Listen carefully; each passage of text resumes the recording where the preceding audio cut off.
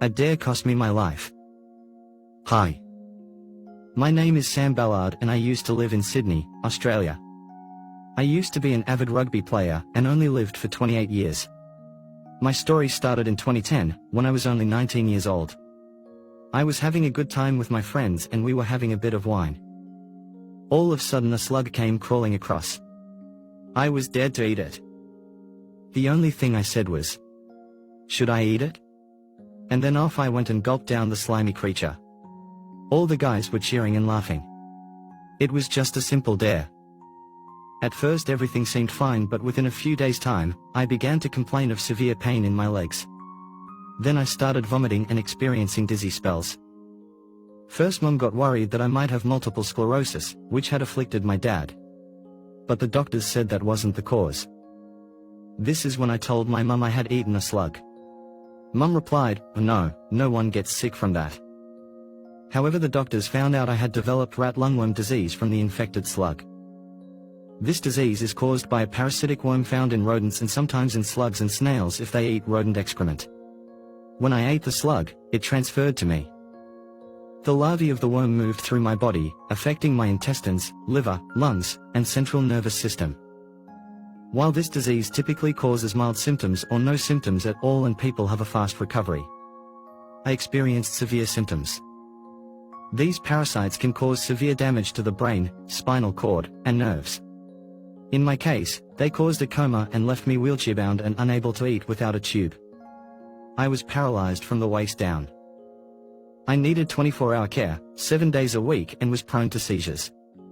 I spent 3 years in the hospital before being released, just able to operate a motorized wheelchair. Thankfully, Mum became eligible for a $492,000 care package, so Mum could pay for the care I needed. Unfortunately, at the age of 28, the endless health complications took their toll and I passed away in November 2018. My mum has never blamed my friends for the dare, as they were just being a group of youngsters. My friends never left me alone and have always been there for me.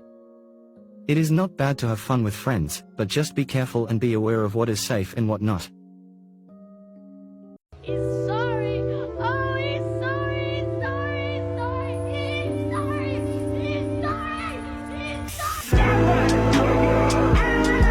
Don't hate me, but this story is too extreme to keep under 1 minute. Hi, my name is Ethan, and here's everything you need to know in under a minute and a half. 20-year-old Krista Pike began to feel jealous of her friend, 19-year-old Colleen Slimmers, as she feared that she was trying to steal her boyfriend Tadaryl Shipp from her. However, later on, Colleen's friends claimed that that was far from the truth. On January 12, 1995, Krista, Tadaryl, and one of their friends, Shadala Peterson, had lured Colleen into the woods near the University of Tennessee, Knoxville, promising her free weed. Once they were there, Krista bashed Colleen's head with her knee and then began hitting her repeatedly. They tortured and stabbed Colleen for almost an hour, and eventually Tadaryl had carved a satanic symbol in her chest. The couple apparently sacrificed Colleen to the devil, and Krista even kept a piece of Colleen's skull as a trophy. The next day, Colleen's body was found, and Krista was almost immediately turned in as she was seen dancing around the room, telling her friends about the crime that she had just committed. She even showed off the piece of Colleen's skull that she had. She was arrested and told investigators everything, and her confession was 42 pages long. She was sentenced to death and still has not shown any remorse. As of today, she is still alive, and people are actually fighting that her death sentence be removed and she just serve life in prison. But let me know what you guys think. 23-year-old Ayoko Tamura has been missing for 48 hours. Meanwhile, her brother is frantically looking for clues about her whereabouts, so he hacks into her Twitter account and begins scrolling through her DMs,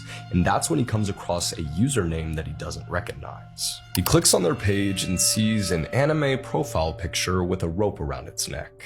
The bio reads, "I want to help those who are really struggling. Feel free to DM me." It's spring of 2007 in Kanagawa, Japan, and a young girl walks into her little brother's room and looks up to see him and a friend from school dangling from the ceiling. As it turns out, this is actually pretty common for the boys who play what they call the choking game, where they take turns choking each other or themselves and see who can last longer before they pass out. The younger brother, Takahiro, is a seemingly normal kid. He gets pretty good grades in school, plays baseball, and has these really thick black glasses. And after he graduates high school in 2009, he starts working as a game operator at a local arcade. Eventually, he quits this job and moves out of his parents' house to Tokyo's red light district, where he becomes a full-time sex scout. Essentially, he's the guy that recruits women into the sex work business, but he's not exactly a good fit because he can't even talk to a girl. He solves this by using social media to lure women to him, but eventually Takahiro gets a bad rep around the community for being a creep. The workers and other scouts start telling the women to watch out for that guy and begin posting his pictures online. Eventually, he's arrested for getting a woman involved in sex work, but receives a suspended jail sentence, so he's released shortly after. And when he gets out, he moves to a town called Zama, where he lives in a one-bedroom apartment that later becomes his house of horrors. He then sets up 2 accounts, where he starts hunting vulnerable women through various hashtags on Twitter. He uses hashtag I want to die and hashtag suicide recruitment to privately DM those who interact with his posts. On August 22nd, 2017, one of the women who DMs him, Maizuki Mayura, agrees to meet Takahiro at a local bar before going to an arcade. However, he's quite disappointed when she brings her boyfriend Shogo along, but he convinces the young girl to come back to his apartment alone, where she's never seen again.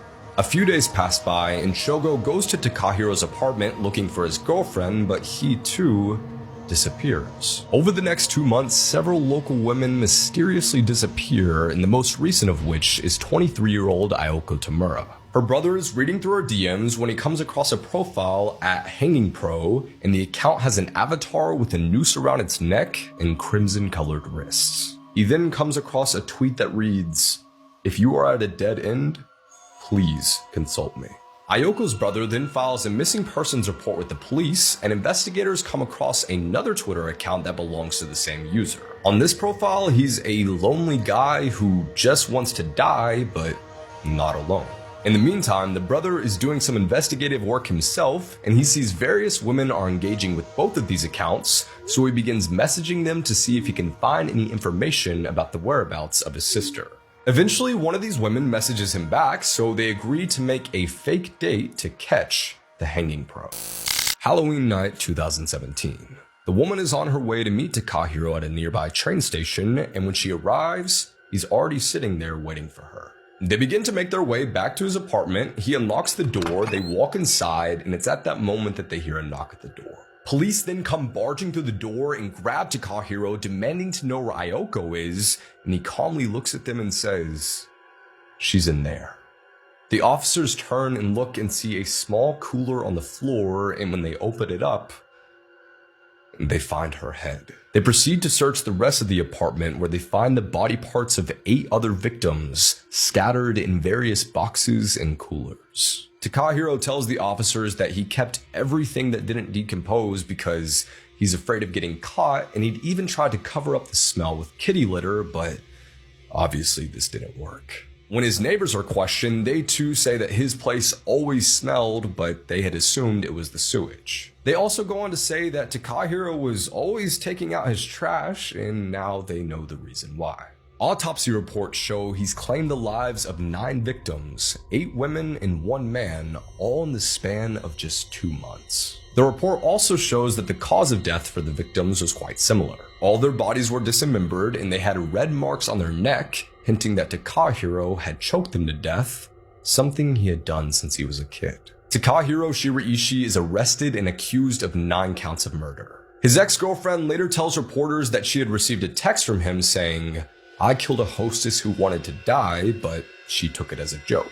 The defense team actually runs with this logic, saying that since his victims had consented to be murdered, his charges should be significantly reduced. Takahiro, however, disagrees and says that when it came to it, none of these women truly wanted to die, so he pleads guilty to all 9 counts, showing absolutely no remorse and admitting that he was only sorry that he got caught. He's then sentenced to death, which ironically is carried out by hanging in Japan. Takahiro is currently waiting on death row, where inmates wait days, sometimes years, before they're executed, and they're not told until the day it happens. Heartbreaking news out of Owensboro, Kentucky. A 16-year-old high school girl was found with a single gunshot wound to the head in the middle of a park. This is Gamey Paul, and it is being reported that she was shot in the head by a former boyfriend who was also 16 years old who has been arrested. And news also broke within the last few hours that a 17-year-old juvenile from Owensboro has also been charged in connection with the murder of tampering with physical evidence, possession of a handgun by a minor, and unlawfully permitting a minor to possess a handgun, and has been transmitted to the Warren County Regional Juvenile Detention Center. Deputies say Paul was found shot in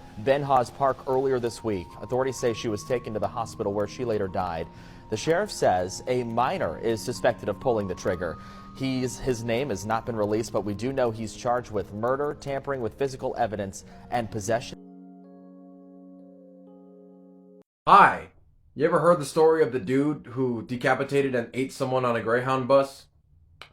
No? Well, time to learn you some shit. And if you think you know the ins and outs of this story, you don't, because I still get surprised by this thing every fucking day that I read about it. This incident took place all the way back on July 30th, 2008 in Winnipeg, Canada, and the victim's name was Tim McLean, and the assaulter's name was Vince Lee. Tim was returning home from a fair somewhere else in Canada back to Winnipeg when he boarded a Greyhound bus and sat in the seat in front of the restroom in the back of a Greyhound bus. The bus then made a stop in Erickson at 6:55 p.m. and that is when Vince Lee boarded the bus and sat a few rows in front of Tim. However, after a scheduled rest stop, Vince actually came and sat right next to Tim, and Tim is being reported as barely acknowledging him and then putting his headphones back on and falling asleep against the window pane. According to several witnesses, Tim was asleep against the glass with headphones in his ears when Vince suddenly produced a large hunting knife and then just started stabbing Tim in the neck repeatedly. As Vince was stabbing him repeatedly in the neck, the rest of the passengers then fled the bus, and the bus driver closed and locked the doors behind them. After a couple of seconds, 3 men, including the bus driver, tried to enter the bus to try and rescue Tim. However, they were chased away by Vince with the large hunting knife by literally chopping at the locked door, trying to keep people away from it. Vince then went back to Tim's body and continued to stab it in the neck over and over and over again until it decapitated from his body. He then took the head and brandished it like a trophy and showed all of the rest of the passengers. Then he went back to Vince's body, cutting pieces of his body off, and then started eating them. Police finally arrived on scene at around 8:30 p.m. to see that Vince was still on the bus because the passengers, mainly a truck driver that was passing by, and the bus driver, who were brandishing weapons like crowbars and stuff like that, were preventing him from leaving the bus. So Vince was still on the bus with the corpse. At about 9 o'clock p.m., that is when the standoff between Vince and the police started, because he refused to get off the bus peacefully, and he kept repeating that I have to stay on this bus forever. While he was on the phone with negotiators, he paced the length of the bus several times, and each time he passed the body of Tim, he would defile it even more. About 1:30 a.m., he tried to break the window of the bus to try and escape. However, he was apprehended by police, but there were pieces of Tim in his pockets. For example, they found his ear, they found pieces of his flesh, even his hair were inside of his pockets, while other parts of him were still scattered throughout the Greyhound bus. Tim's eyes and his heart were never recovered, and they don't know what happened to them because they never saw Vince eating them. However, that is the leading theory, is that Vince ate Tim's eyes and his heart. It was then discovered that Vince had been diagnosed with schizophrenia, and the reason he killed Tim was because he thought he heard the voice of God telling him to. Remember when I said that this case still surprises me? That's because I haven't been keeping up with it, and in 2017, he was granted freedom. Like, complete freedom. Charges dropped, everything. Changed his name from Vince Lee to Will Baker, and found not criminally responsible for what happened to Tim McLean that fateful day. He was released and not monitored. What I mean by not monitored is nobody is monitoring him to make sure that he is taking his schizophrenic medications. This last paragraph, a review board ordered his discharge without monitoring, saying he did not pose a significant threat, even though he's legitimately decapitated a dude on a Greyhound bus and then ate him. Like, he's not a significant threat, I guess. Like I said, this case always baffled me. I've known about this case for quite a long time. I just did not keep up with this side of it. So, Now you know about Vince Lee, the man who decapitated and ate someone on a Greyhound bus. And I don't know how I feel about it. It just is. What's your name? Oh, yeah, that's me. It is you. So you're out of prison. Yes. And you're comfortably shopping in Cub Foods. As if you didn't do anything. I wouldn't call it comfortably, I'd just say getting necessities or helping. I don't think you should have that right. I don't even think you should be out on bail. I can understand. I mean, how does it feel? I'm sorry you feel that way. No, you're not sorry. Like, you're literally outside here comfortably as if you didn't kill that man. Did you think that people weren't going to recognize you? Honestly, did you? You don't have the right to be here. You killed somebody in cold blood. You do not have the right to be here. I understand. I'll get my stuff paid for. No, we don't want you to get your stuff. We want you to be locked up. You're honestly in Cub Foods comfortably shopping. Out of prison. Like, do you feel any remorse for what you did? Do you? Ma'am, I'm just gonna grab my stuff and This is the officer who was let out of jail today for shooting George Floyd. Or, I'm sorry, suffocating him. You're not going to be able to comfortably go around Minnesota like this. I pulled up the picture. I knew it was you. It's just like, he was there when they were killing him. And it's just like, this is crazy that you're here just thinking everything's okay. I mean, you don't want to apologize. You don't want to say anything. Like, no. Because this video is going to be on the internet. Yeah, he has the nerve to literally come outside thinking that we don't know what he looks like. How dare you? You're not going to be able to comfortably live in Minnesota after this, or anywhere. And you will be going back to jail. Trust. Trust. Yeah, he bailed out. How'd you get the money? How'd you get the money? And you're lucky that they don't have your address. You're lucky that they don't have your address. Hi. This is one of the police officers that was involved in killing George Floyd.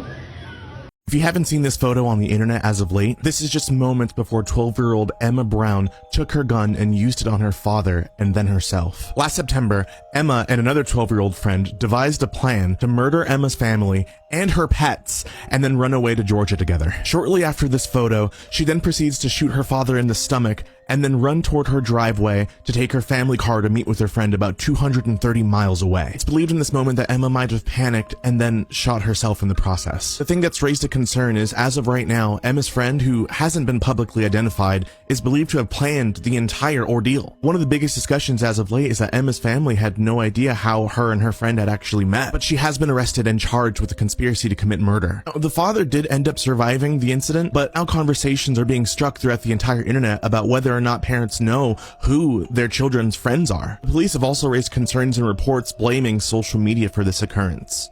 So the question now is, was this a preventable incident?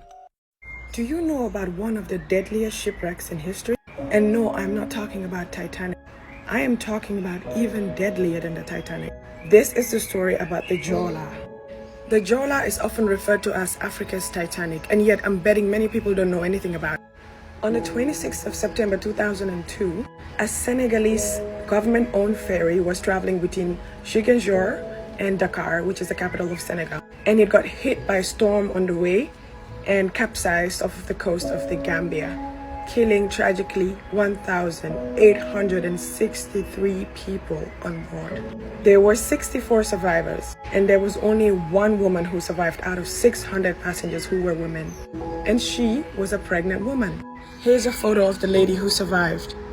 Tragically, there were also a lot of young people. There was a football team from Casamance that was going to play a tournament in Dakar, and their team was consistent of kids from the age of 7 all the way up to 16, and they all died.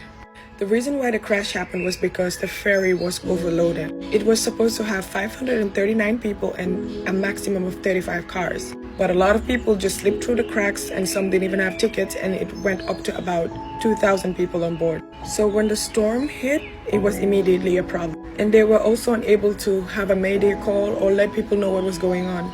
For hours, they were drowning and nobody could save them. In my country, the Gambia, There were a lot of bodies just popping up on the shore on the beach, and that's how people knew that something went wrong. Rescue operations did not start until the next day around 4 p.m. when it was already too late. This is a photo of the infamous Jola, and it breaks my heart that more people don't know about this. I just figured since people are talking about the Titanic because of the disappeared Titan, I thought this was a good time to shed some light. And the BBC has made a documentary about this, so you can go on YouTube and check it out. Here it is on YouTube. They now know exactly why the submarine didn't make it, and neither did the people inside. And I also want to follow up with my BDM reading on what I've been feeling since the beginning and where I believe those sounds were coming from inside the submarine that were on the recording. Just about 1 hour ago, they concluded that the cause was a catastrophic implosion. And I'm just going to follow up on exactly what those sounds were and the experiences of the people who were inside of the submarine and where they are now spiritually and what those sounds actually were coming from the submarine.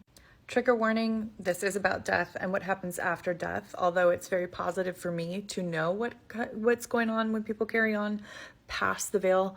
Some people find it disturbing. The young man went straight to the spirit world, to a wonderful place.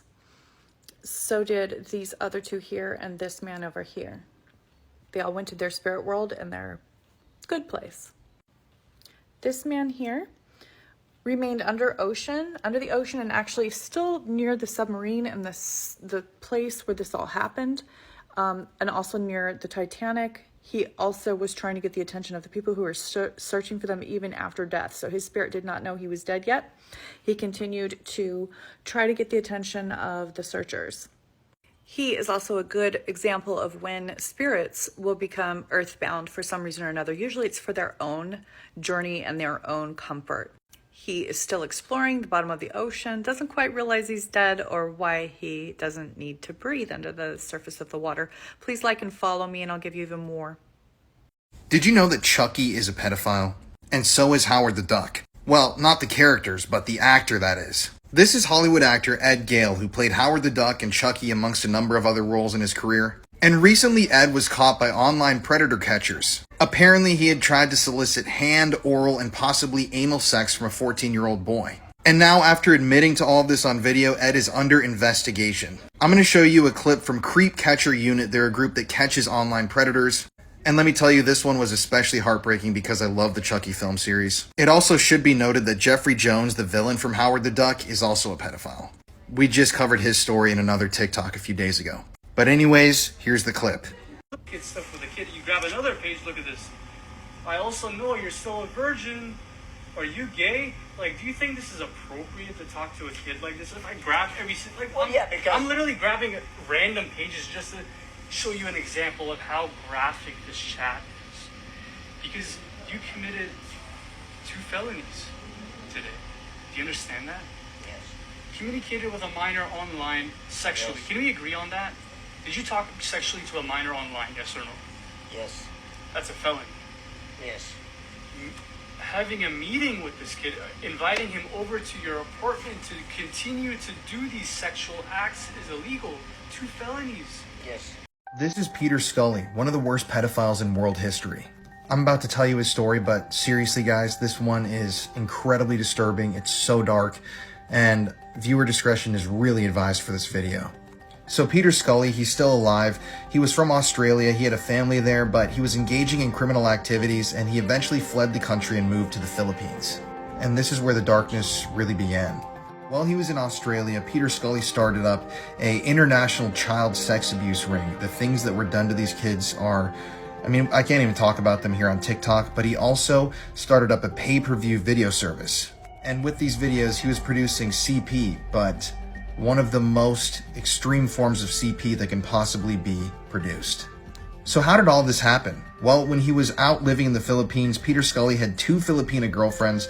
They would go out to the streets, they would find kids that needed money or looked impoverished, they would bring them back to the house they shared with Peter, and the things that went on afterwards are literally unspeakable. Remember, like I mentioned before, Peter was the head of an international ring of people that enjoyed the abuse of kids, and he provided videos for these clients. but his most infamous video was titled Daisy's Destruction.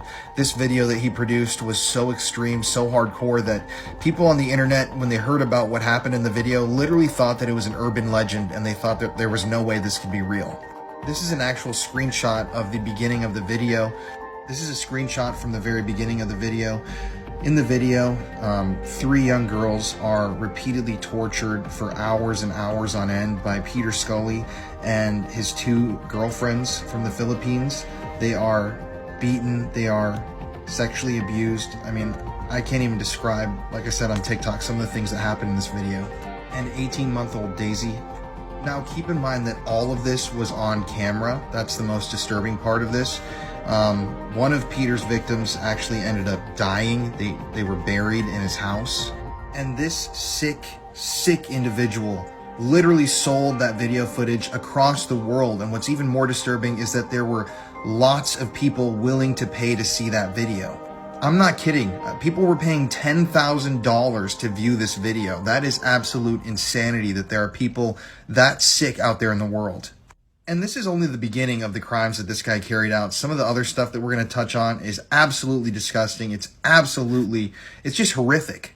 And the story of how Peter Scully was eventually identified and arrested is extremely captivating. I'm going to run out of time here on this video, but if you want to see a part 2, let me know below. This story is far from over. Breaking news, the Coast Guard has said that presumed human remains have been found on the Titan that has been brought ashore today. As you can see here, they said presumed human remains have been recovered from the wreckage of the Titan submersible according to the U.S. Coast Guard. There's some video of it being brought ashore today. Take a look.